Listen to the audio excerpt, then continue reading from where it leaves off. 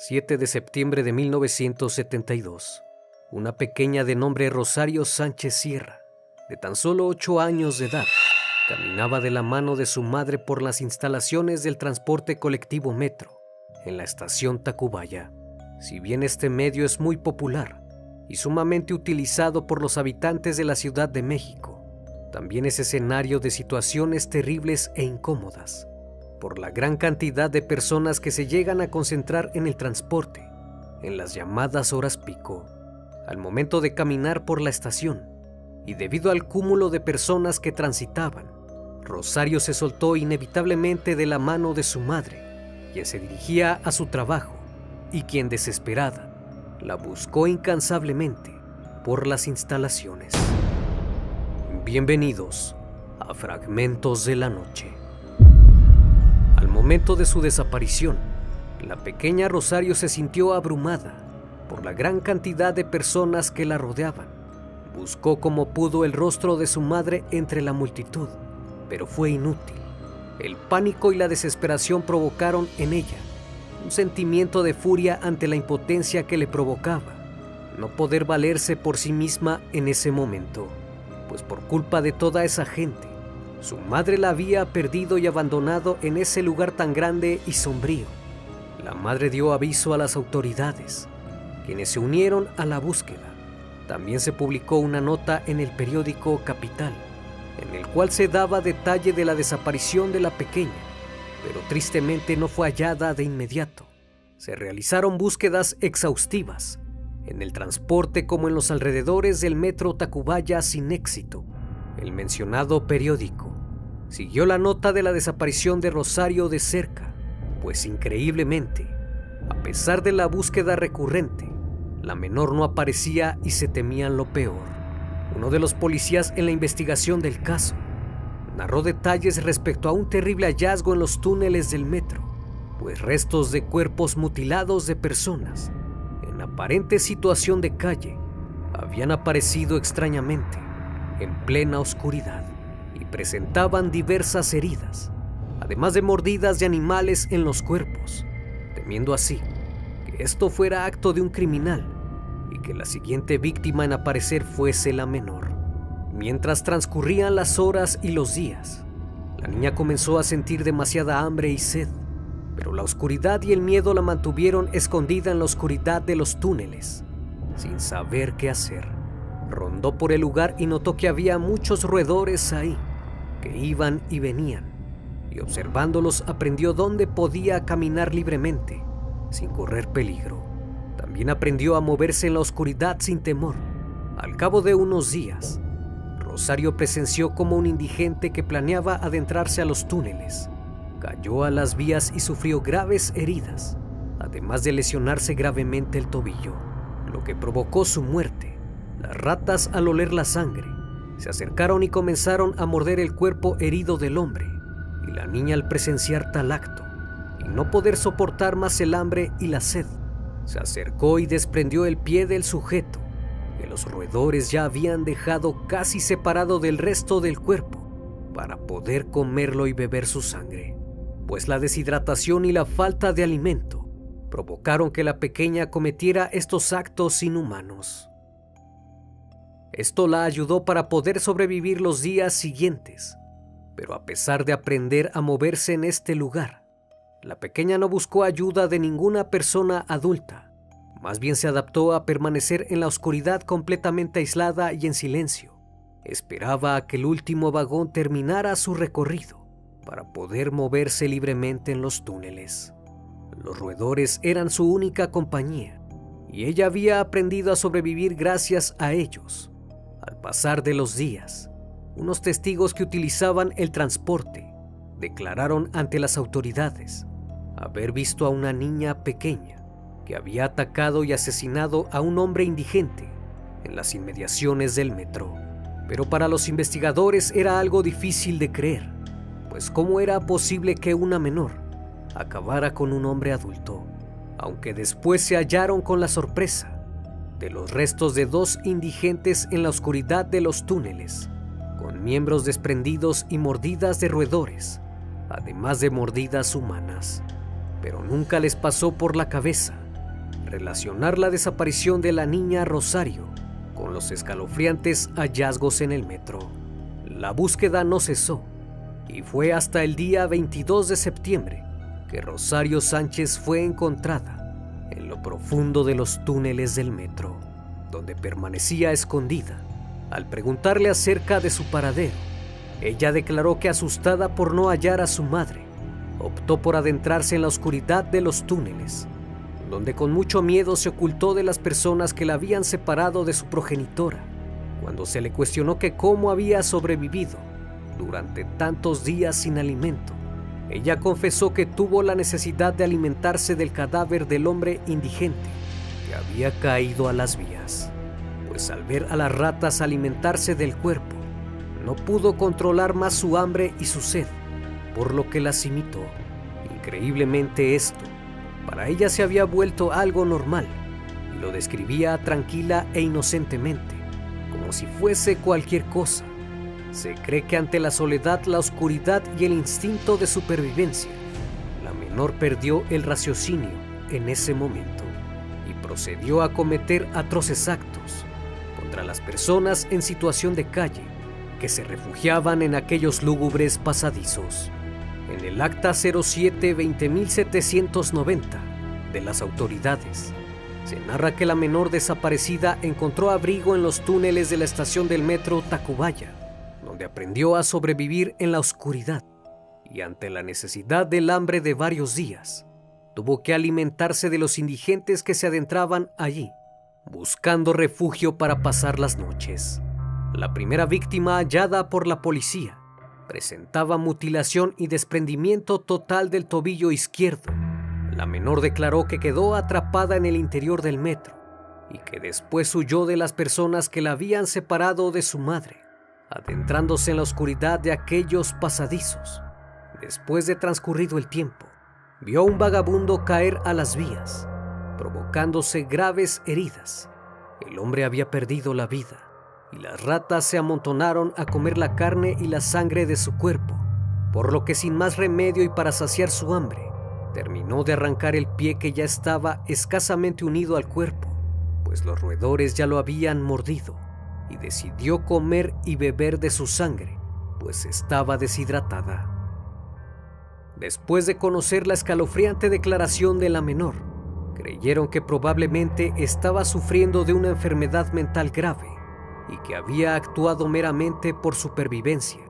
No se supo a ciencia cierta si realmente había asesinado a otras personas, pero debido a su corta edad, la recluyeron en un hospital psiquiátrico, donde pasó el resto de su vida, acompañada de su madre, quien falleció en 1997. Durante su estadía no presentó ningún comportamiento violento, aunque se llegaron a presentar sospechas en su contra ante el asesinato de una de las enfermeras del hospital, pero al no haber pruebas, el caso no fue resuelto. Rosario Sánchez Sierra falleció en su cama en el año 2010 y quedó atrás su escalofriante historia, que por muchos ha sido una simple leyenda, aunque quedará marcada para siempre en la historia de México y los secretos que guarda el transporte colectivo en la oscuridad de sus pasillos.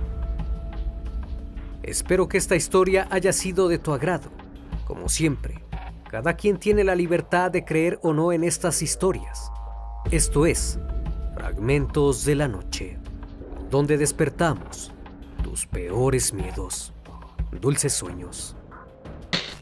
Desde tiempos muy antiguos, en algunos poblados de la República Mexicana, se han desarrollado increíbles historias acerca de situaciones inimaginables, tales como el increíble poder que esconde el ser humano, de las habilidades que podría poseer si no estuviese tan limitado, y sobre todo las maldiciones generacionales que suceden entre familias, dejando al descubierto historias que son difíciles de creer. Seguramente has escuchado que cuando un bebé recién nacido llega a casa, se deben tomar medidas extraordinarias para sus cuidados, como revisar que el pequeño respire adecuadamente, que las sábanas no le cubran el rostro, que debemos estar alerta aún a altas horas de la noche. Pero hay personas que recomiendan fervientemente colocar un espejo en la ventana de la habitación donde duerme el pequeño y unas tijeras abiertas debajo de su almohada. Existe una leyenda que cuenta que desde hace mucho tiempo existen las Tlahuelpuchis, que son mujeres de origen prehispánico que se alimentan de la sangre pura de los bebés y niños, las cuales han sido hechizadas o maldecidas desde su nacimiento, que poseen los dones y poderes de un nahual, es decir, que pueden tomar la forma de un animal, desde aves hasta insectos, incluso una especie de humo o niebla que puede atravesar puertas y ventanas, además de la capacidad de convertirse en bolas de fuego, lo que las asemeja a las brujas. Estas mujeres tienen una apariencia completamente normal, solamente entre ellas se reconocen. Se cree que los dioses aztecas les han dado un don que ellas usan para cometer sus crímenes. El descubrimiento de sus habilidades viene a ellas posterior a su primer periodo menstrual. Es así que llega un poder extraordinario con el que despierta su deseo de atacar. Poco a poco perfeccionan sus habilidades y rituales para no cometer errores. Son celosas y agresivas entre ellas, protegiendo su territorio, pues cada una se alimenta por separado. Cuando logran tomar la forma de un animal, se desprende de ellas una luminosidad con la que advierten su presencia. Algunos testigos las descubrirían como luces que giran en círculos y que han aparecido a través de sus ventanas. Estos seres actúan entre la medianoche a las 4 de la mañana. Suelen tomar forma de un insecto, ave o humo para poder entrar a la casa, directamente a la habitación donde duerme el bebé. Utilizan sus poderes hipnóticos para sumir en un sueño profundo a los padres y demás habitantes del inmueble. Se acercan a su víctima y con sus colmillos succionan su sangre hasta dejarlo sin vida, pues además de ser su alimento, también es la fuente de su juventud. Los padres al despertar aprecian el cuerpo de su pequeño, ya sin vida, y con moretones en su cuello, pecho o espalda, además de un tono púrpura o azuloso entre sus labios y rostro. Quienes han pasado por este terrible suceso aseguran no haber escuchado nada extraño en su hogar, ni el llanto de su hijo. Otra forma de ataque es introducirse en el domicilio sigilosamente y tomar forma de ave, para con su pico succionar la sangre a través de la mollera del infante, dejándole sin vida.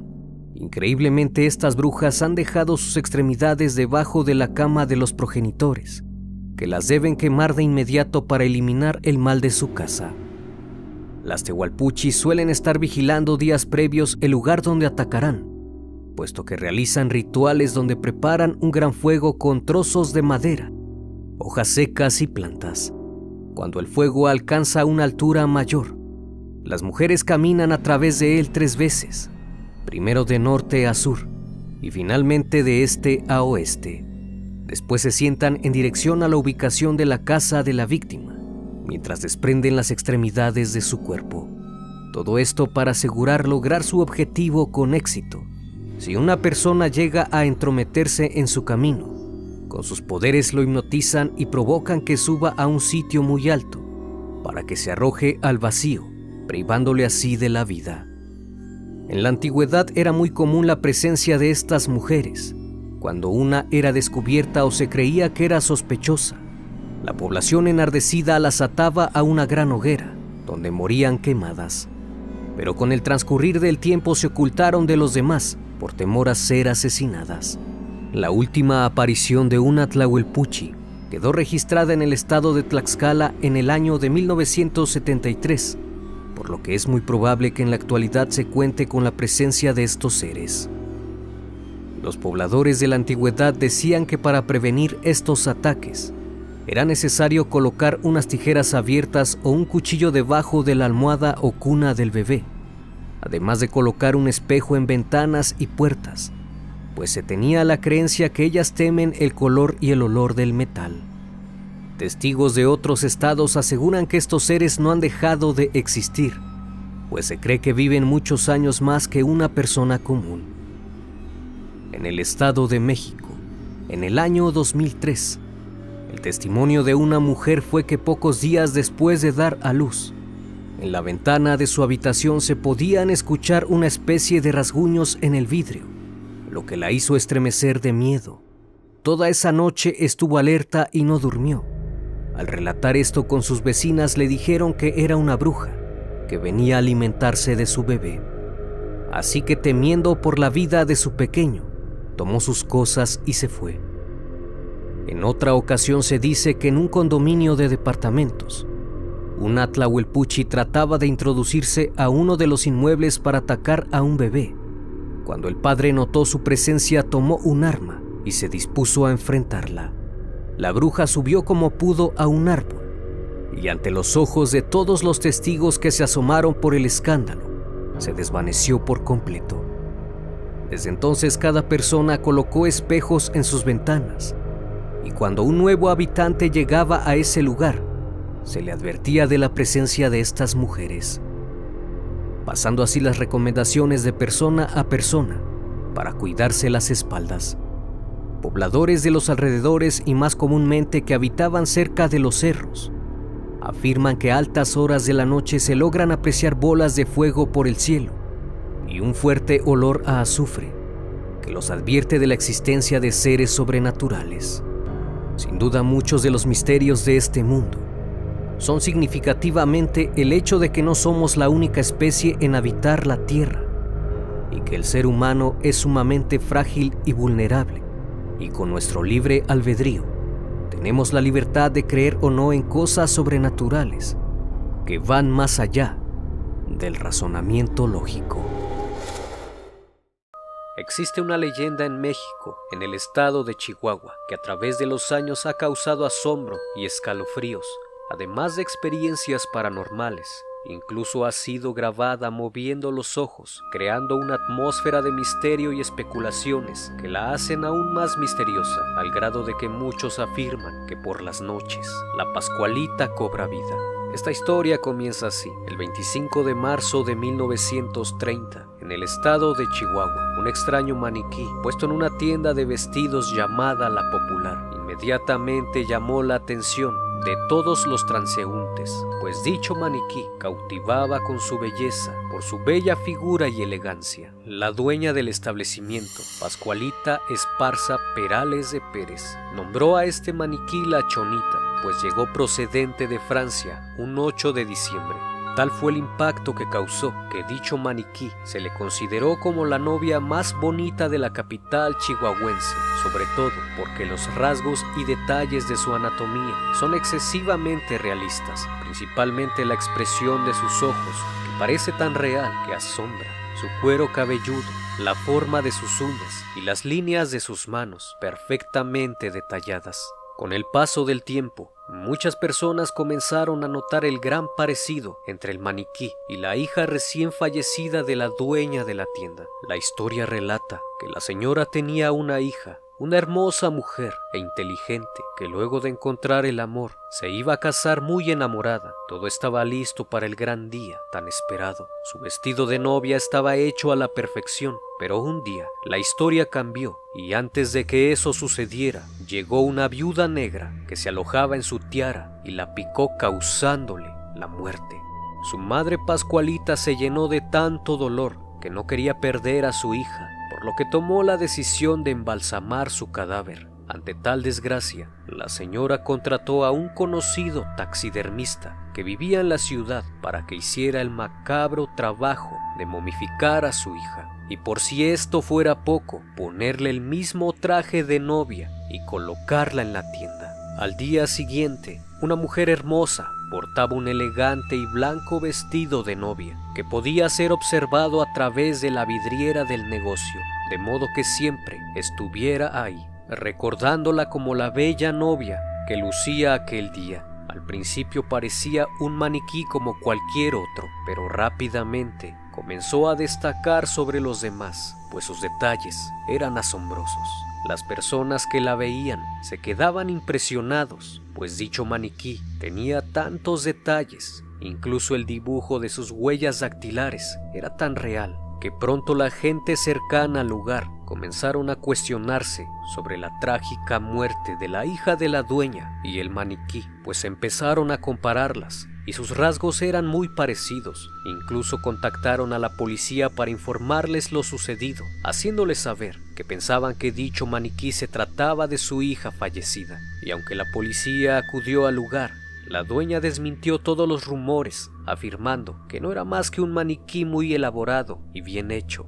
Luego de eso, extraños sucesos comenzaron a ocurrir. Cosas extrañas y paranormales se hicieron presentes, pues hay quienes afirman que por las noches dicho maniquí movía los ojos. Incluso te seguía con la mirada, provocando un escalofrío que te recorría por completo. Así pasaron los años, hasta que en 1967 Pascualita Esparza murió a causa de la edad, encontrándose en el mundo de los muertos con su amada hija. La tienda pasó a nuevas manos, pero la costumbre y las voces de la gente hicieron que el maniquí permaneciera en el aparador, pues ahora dicho maniquí se convirtió en parte de una tradición y leyenda en México. Dentro de las historias que se cuentan, se dice que en realidad el espíritu de Pascualita reside en el maniquí y que su alma sigue penando en el local.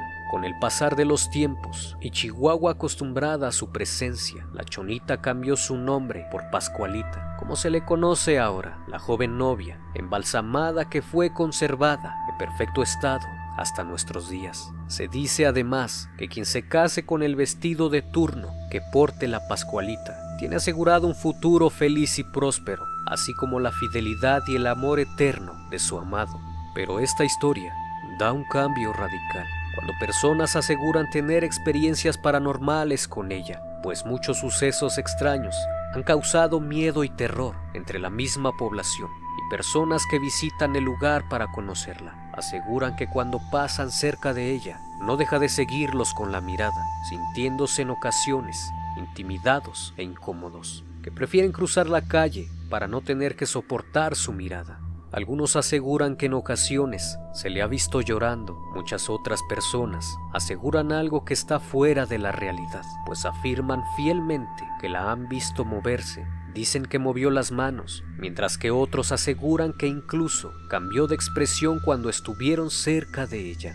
Un caso sonado fue el de una mujer que recibió un balazo en la calle justo delante de ella, y aseguró que fue la Pascualita que la salvó de la muerte, y como agradecimiento le enciende velas periódicamente desde entonces. También se cuenta que en la década de los 70 un chamán visitó Chihuahua. Al ver a la Pascualita, quedó anonadado e hizo un ritual para que dicho maniquí cobrara vida. Esta leyenda se ha reforzado con el paso del tiempo y recientemente entró en polémica, ya que en octubre de 2007 el maniquí fue trasladado a la Ciudad de México para ser exhibido en un evento denominado Hotel de Leyendas Victoria, donde estuvo cerca de 9 meses. Mucho se habló de su ausencia, la cual causó desconcierto y fue motivo de muchas teorías. Cuando la Pascualita regresó, fue notorio el cambio en su rostro, al grado que muchos chihuahuenses aseguran que el maniquí fue cambiado, pues en las fotos y videos del antes y después se notan claramente las diferencias. Lo que muchos no sabían en ese entonces es que como parte del pago por prestar el maniquí, la cervecería llevaría a cabo una restauración completa de Pascualita con expertos en la materia que le devolverán el aspecto vivido que tuvo de antaño. Durante los trabajos de restauración, varios maniquís fueron tratados con cera y los ojos de vidrio fueron reemplazados por unos nuevos sin rayaduras. Aquí es donde esta leyenda cobraría más fuerza, pues se dice que al momento de la restauración se encontraron con que en realidad la Pascualita en su interior era un cadáver de verdad, por lo cual se notificó a las autoridades y la original ya no regresó a Chihuahua, así que mandaron a hacer otro maniquí idéntico para sustituir a Pascualita sin levantar sospechas. O quizás algún coleccionista pagó una fuerte cantidad de dinero para quedarse con ella, o tal vez en la realidad solo es una leyenda y pudieron comprobar que efectivamente se trataba de un maniquí. Y como en toda leyenda existen muchas versiones de la historia a través del tiempo, pues algunos aseguran también que la señora no tenía hijas, sino un solo hijo llamado Enrique. Incluso se dice que la Pascualita era una muchacha mala, de pésimo comportamiento, al punto de que fue castigada, recibiendo una maldición que la hizo fallecer. El dolor de la pérdida fue tanto que su madre, queriendo recordarla y perseverar su gran belleza, la mandó a embalsamar y cubrir de cera. ¿Qué piensas tú? ¿Alguna vez tuviste la oportunidad de verla en persona o llegaste a tener una experiencia paranormal con ella? Déjamelo en los comentarios. No olvides suscribirte. Una de las leyendas más conocidas en México, que quizás muchos de nosotros hemos escuchado cuando éramos niños. Una mujer de cabello largo, con un vestido blanco, que se aparece por las noches en aquellas calles desoladas, a veces en algunos caminos, llamando con desgarradores llantos y lamentos a sus hijos. Muchas personas en México han sido testigos de haber escuchado estas voces e incluso verla. Hay quienes mencionan haberla visto por los canales de agua, gritando lamentos desgarradores que podrían erizar la piel de cualquiera. Una mujer que busca algo perdido y que aún no ha logrado encontrar la paz. Pero ¿cuál es la verdadera historia detrás de esta leyenda? Se cuenta que esta mujer era una joven indígena muy hermosa que había migrado del campo a la ciudad, que deseaba poder estudiar y conseguir una mejor vida. Al no conseguir el trabajo que ella deseaba, comenzó a trabajar en el servicio doméstico de una rica familia hispana. Allí se enamoró del hijo mayor de la familia, con el cual poco a poco se daría un romance entre ambos. Tiempo después, ella quedaría embarazada y con el paso del tiempo daría el nacimiento a 3 niños. La joven madre estaba enamorada de aquel español, aunque su relación se había formado entre mentiras y sombras, pues no podían estar juntos. Sin embargo, al ver que él amaba a sus hijos, le pidió formalizaran su relación, a lo que él se negó por temor a ser degradado socialmente, debido a la diferencia social que existía entre los dos, pues ella era una mujer indígena y él un hombre español de alto estatus social, por lo que tras la insistencia de ella, él terminó abandonándola. Tiempo después, el hombre la dejó para casarse con una dama española de alta sociedad. Aquella mujer quedó devastada con la noticia, se sintió traicionada y dolida ante lo que le estaba pasando, pues pensó que aquel hombre era el amor de su vida. Se sumergió en una profunda depresión y desesperación al no saber qué hacer con sus hijos, pues se encontraba sola ahora. Conforme pasaban los días, ella enloquecía. Un día tomó a sus 3 hijos y los llevó a las orillas del río, abrazándolos fuertemente con el profundo amor que les profesaba. Tomó al más pequeño, lo miró y lo hundió en aquel río, y así hizo con sus otros 2 hijos, ahogándolos en el río, cometiendo el asesinato de sus 3 hijos. La mujer lloraba desgarradoramente, con un profundo grito de dolor y lamento que clamaba por sus hijos, y tras un profundo dolor terminó con su vida. El cuerpo fue descubierto por un pescador, quien al no encontrar a nadie decidió sepultarla. Días después el hombre acudió a aquel lugar y se percató que la mujer ya no se encontraba ahí. Llegada la noche, en aquel pueblo se empezó a escuchar un lamento y fuertes gritos de una mujer que jamás encontrará el descanso eterno. A partir de este acontecimiento surge la leyenda de La Llorona. Desde ese día se escucha el lamento lleno de dolor de la mujer en aquel río donde esto ocurrió. Hay quienes dicen haberla visto vagando, buscando desesperadamente a sus hijos, entre aterradores gritos de lamentos que se escuchan por las noches. La mujer clama por sus hijos. La culpa no la deja descansar. Su lamento se escucha cerca de la Plaza Mayor. Hay personas que afirman mirar a través de sus ventanas y ver a una mujer vestida de blanco, de cabello largo y delgada, llamando a sus hijos una y otra vez, que se esfuma en el lago de Texcoco para una vez ahí desaparecer.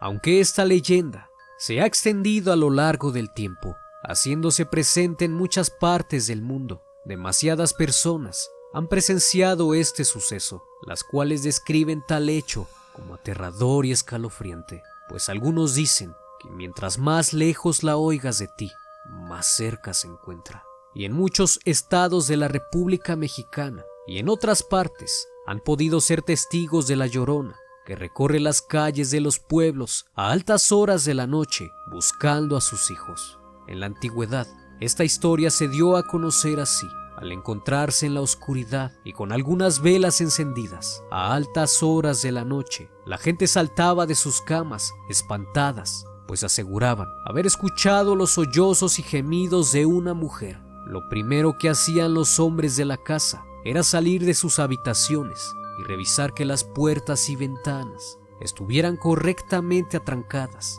pues al principio pensaban que quizás una mujer quería entrar a su morada, aunque al no encontrar nada, volvían a su cuarto para intentar dormir.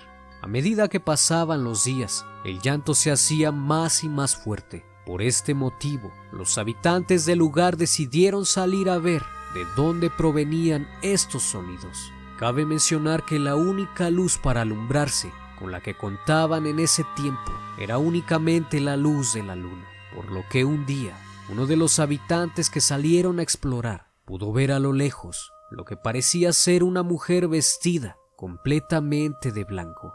Además, un velo largo y grueso que cubría completamente su rostro. Caminaba de manera lenta, por lo que llamó la atención a la gente que la pudo ver de cerca. Dicha mujer seguía una ruta distinta cada noche, caminando por diferentes calles hasta que llegaba a la desembocada de un río o lago. Posteriormente, se arrodillaba frente a él y empezaba a gritar de manera desesperada. Las manifestaciones de este fantasma o espectro han recorrido el mundo, pero los antecedentes de la Llorona remontan a muchos años de antigüedad. En 1521 se escuchan historias de paseantes nocturnos que contaban haber visto a una mujer que lloraba y gritaba desgarradoramente, que salía del lago de Texcoco, sobre el cual se encontraba la legendaria Tenochtitlan. Posterior a eso, los indígenas aseguraron que por las noches esta mujer gritaba: hijitos míos, pues ya tenemos que irnos lejos, por lo que en ese entonces fue nombrada como la mujer serpiente, que emergía del lago Texcoco y trataba de advertir a los aztecas sobre la masacre que estaban a punto de sufrir. Ellos subían a lo alto de los templos y podían ver hacia el oriente una figura blanca, arrastrándose y flotando con una tela color blanco que ondulaba con el paso del viento, y siempre se escuchaba su desgarrador grito de una mujer que suplicaba por sus hijos. Leyenda o no, este avistamiento ha sido presenciado por múltiples personas que a lo largo del tiempo afirman haber tenido por lo menos una experiencia con la Llorona. Seguramente alguna vez has escuchado hablar de esta historia, la enfermera fantasma que vaga por los pasillos del hospital y atiende a los enfermos que necesitan ayuda, una leyenda ocurrida en la Ciudad de México que se dio lugar en el Hospital Juárez. Esta leyenda comienza con una enfermera de nombre Eulalia, quien entró a trabajar en el Hospital Juárez a mediados del siglo XX como enfermera, pues se menciona que tenía vocación de servicio y le gustaba atender muy bien a los pacientes, por lo que rápidamente se ganó la simpatía de todo el personal del hospital. Una mujer llamativa y hermosa, una mujer rubia, de ojos azules, que cautivaba con el simple hecho de verla. Además de esto, siempre portaba su uniforme limpio e impecable, siempre bien planchado, sin la más mínima arruga. Al paso de los días, un nuevo médico llamado Joaquín ingresó para ser parte del personal de médicos donde ella trabajaba. Todas las enfermeras y doctores fueron a conocerlo, excepto Eulalia, quien se quedó atendiendo a un paciente, hasta que un día todo cambiaría.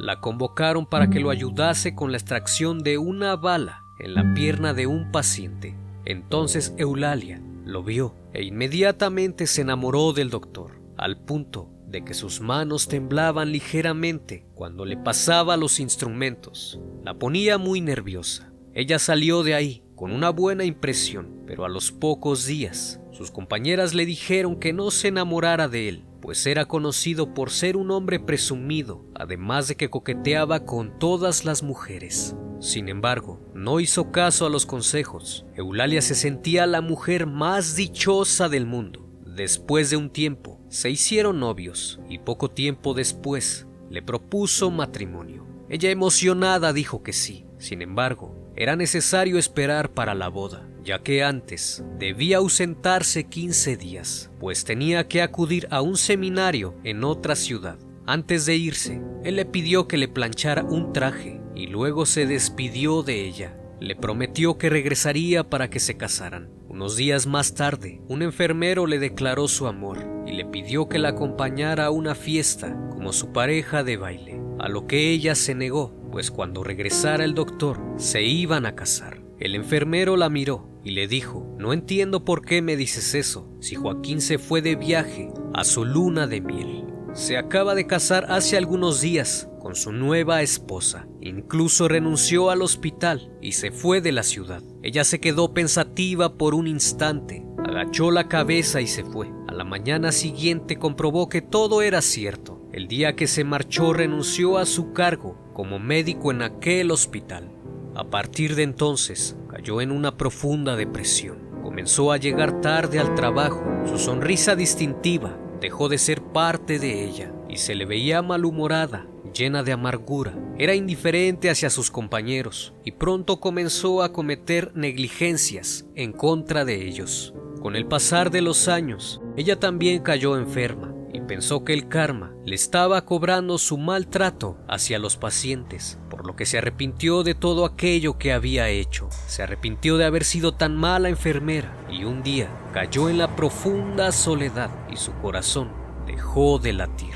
Falleció con el profundo anhelo de enmendar sus errores. A partir de aquí surge la leyenda de la planchada, pues a solo unos días de su muerte comenzaron a pasar cosas inexplicables en aquel hospital.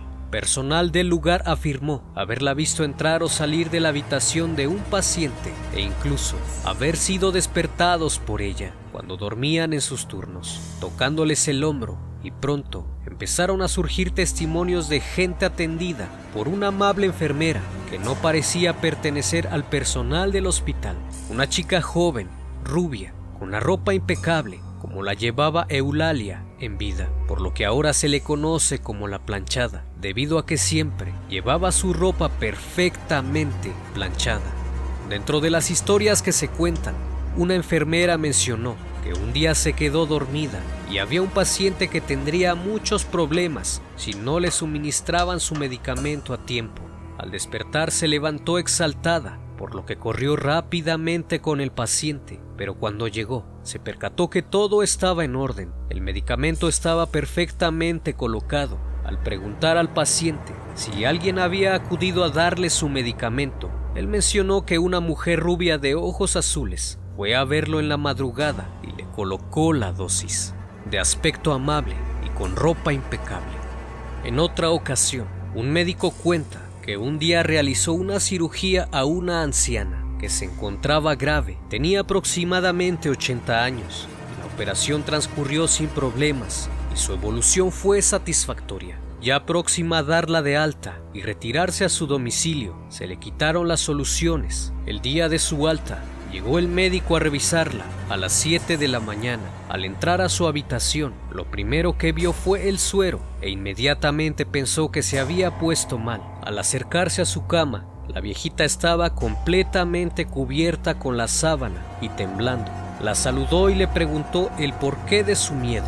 Le dijo que había ido una enfermera y le había colocado la solución, pero lo más extraño es que no le pudo ver el rostro. Dijo que la enfermera se había dirigido al baño y estuvo observando para ver si salía y nunca salió. Posteriormente el doctor fue a preguntar a las enfermeras quién le había puesto el suero e increíblemente nadie entró aquel día. Algunos pacientes a los que se les olvida tomar sus medicamentos por las noches o que requieren de atención urgente reciben la visita de una enfermera vestida con su atuendo perfectamente planchado y almidonado, a la que describen como una mujer de bello rostro y de trato amable, que en muchas ocasiones se dirige al familiar del enfermo para decirle que todo está bajo control. Posteriormente sale otra enfermera y le dice al familiar lo mismo, a lo que ellos mencionan que la otra enfermera ya se los había notificado, que todo se encontraba bien, y cuando la describen,